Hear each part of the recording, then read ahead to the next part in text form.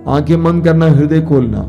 आइए भाई और बहनों, इस समय हमारे बीच में जितने रोगी हैं उनके लिए प्रार्थना करते हुए हम प्रभु ईश्वर की स्तुति और आराधना करते जाएंगे। हालेलुया हालेलुया हालेलुया हालेलुया हालेलुया हालेलुया हालेलुया। धन्यवाद धन्यवाद धन्यवाद धन्यवाद। चंगाई चंगाई चंगाई चंगाई चंगाई चंगाई चंगाई चंगाई चंगाई चंगाई चंगाई। हर तरह के रोग से पुराने रोग से, गंभीर रोग से इसी वक्त इस प्रार्थना में भाग लेने वाले भाई बहनों को आजादी मिले, चंगाई मिले, आजादी मिले, चंगाई मिले। हर तरह के बंधन से आजादी मिले, हर तरह के बंधन से आजादी मिले। नशे के बंधन से, अश्लीलता के बंधन से, हर प्रकार के बंधन से आजादी मिले। गंदे रिश्तों के बंधन से आजादी मिले, आजादी मिले। चंगाई आजादी, चंगाई आजादी, चंगाई आजादी, चंगाई आजादी। हालेलुया हालेलुया हालेलुया हालेलुया हालेलुया हालेलुया। धन्यवाद यीशु, तेरी स्तुति, तेरी आराधना, तेरी महिमा। तू महान है, तू सामर्थ्यवान है।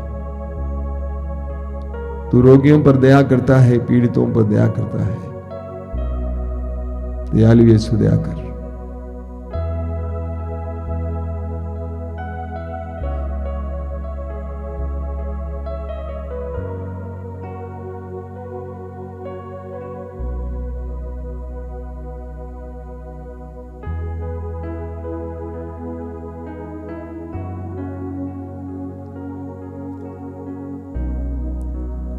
आइए हम बड़ी भक्ति के साथ इस समय प्रभु की आशीष ग्रहण करेंगे।